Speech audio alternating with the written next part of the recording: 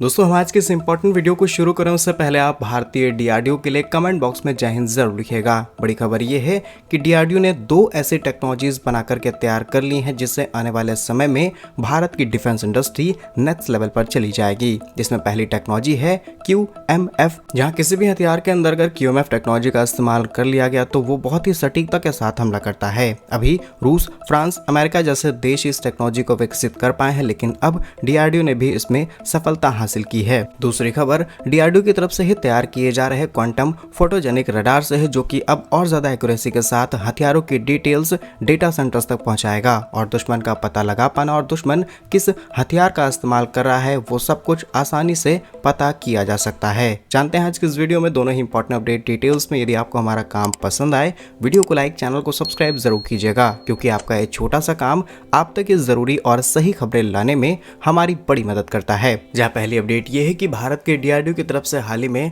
Quadrature मोनोपल्स frequency यानी कि QMF technology को बना करके तैयार किया गया है। ये एक तरीके की सिक टेक्नोलॉजी है जिसे मिसाइलों के लिए सबसे एडवांस फीचर बताया जाता है, जो देश की स्वदेशी मिसाइल टेक्नोलॉजी की डेवलपमेंट में एक बड़ा स्टेप भी होने वाला है। यह तकनीक भारत की जितनी भी आने वाली नेक्स्ट जनरेशन मिसाइलें होंगी उनकी पोजिशनिंग और सटीकता से हमला करने में बहुत ज्यादा मदद करेगा। आइए जानते हैं QMF सिक टेक्नोलॉजी क्या है। QMF टेक्नोलॉजी एक high level radar signal processing process है जो कि मिसाइलों की रीढ़ की हड्डी की तरह काम करती है, क्योंकि जिस भी मिसाइल के अंदर इसे इंटीग्रेट किया जाता है वो तेज रफ्तार से चल रही मिसाइल पर लगे होने के बावजूद भी आने वाले किसी भी टारगेट और आने वाली अलग अलग परिस्थितियों को आसानी से मेजर कर सकता है और सटीकता से हमला कर सकता है। मेनली कुछ मिसाइलें GPS और तमाम अलग अलग नेविगेशन टेक्नोलॉजीज का इस्तेमाल करती हैं, लेकिन QMF टेक्नोलॉजी का इस्तेमाल करके बहुत ही सटीकता के साथ हमला किया जा सकता है। आपने देखा होगा इजराइल जैसे देश कई बार अपने दुश्मनों को सिर्फ बहुत ही प्रिसाइज लोकेशन पर जाकर के साफ करते हैं, वो इसी के बदौलत हो पाता है।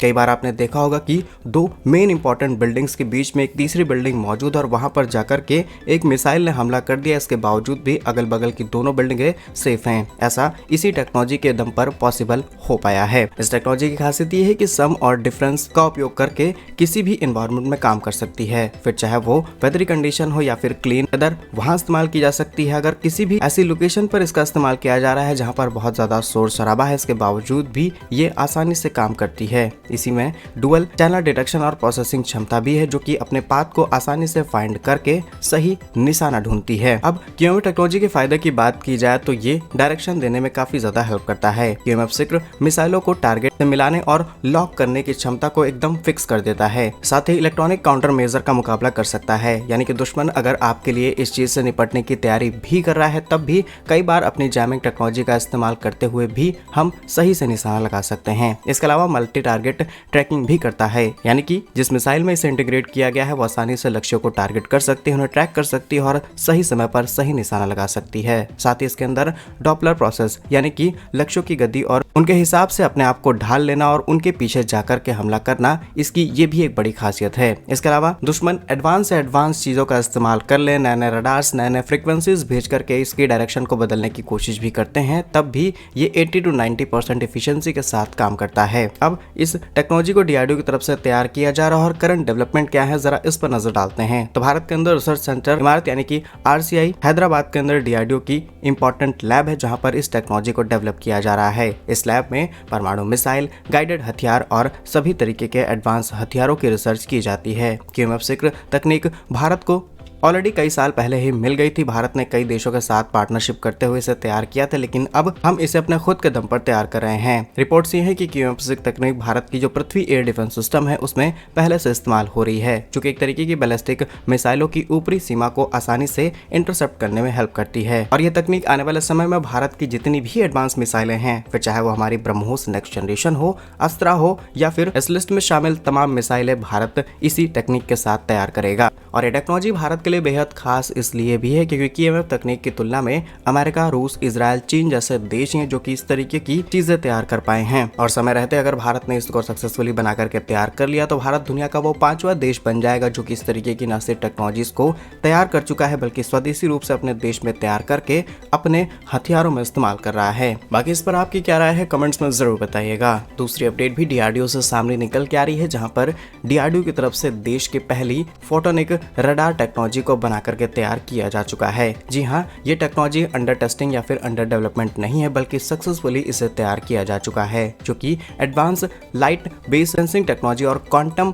फोटोनिक्स को आपस में मिला करके तैयार की गई है। यह तकनीक सेना के steel fighter jet, high speed drone और एडवांस मिसाइलों जैसे एडवांस मिसाइलें इन सभी को आसानी से पता लगा सकता है और इसकी ताकत इतनी ज्यादा है कि बहुत ही आसानी से ये भी पता किया जा सकता है कि वो किस रेंज की मिसाइल है और उसकी कितनी ताकत हो सकती है। यानी कि दुश्मन के आने से पहले ही अगर भांप लिया जाए कि आने वाली घटना कितनी ज्यादा ताकतवर हो सकती है, तो हम आने वाले कई चैलेंजेस से बचा जा सकता है। चलिए जानते हैं कि फोटोनिक रडार के अंदर आखिर ऐसा क्या खास है। अब इसके बेसिक प्रिंसिपल की बात की जाए तो जहां पर conventional radar system radio wave या फिर माइक्रोवेव सिग्नल्स का इस्तेमाल करते हैं लक्ष्य का पता लगाने के लिए, वहीं फोटोनिक रडार लेजर या फिर light waves, special infrared opticals का इस्तेमाल करता है। और इस तरीके के स्पेक्ट्रम्स के अंदर अल्ट्रा हाई रेजोल्यूशन बेहद ही कम नॉइस और डिस्ट्रप्शंस के साथ आता है, जिससे पता लगा पाना काफी ज्यादा आसान है। अब इसके लक्ष्य की बात की जाए तो लगभग 11 गीगाहर्ट्ज बैंडविड्थ और 34 गीगाहर्ट्ज सेंट्रल फ्रीक्वेंसी पर यह काम करता है, जिससे करीब 1.3 सेंटीमीटर तक का स्पास रेजोल्यूशन और 3:4 सेंटीमीटर छोटे ऑब्जर्व 3:4 सेंटीमीटर तक के छोटे ऑब्जेक्ट को भी इजीली पहचाना जा सकता है।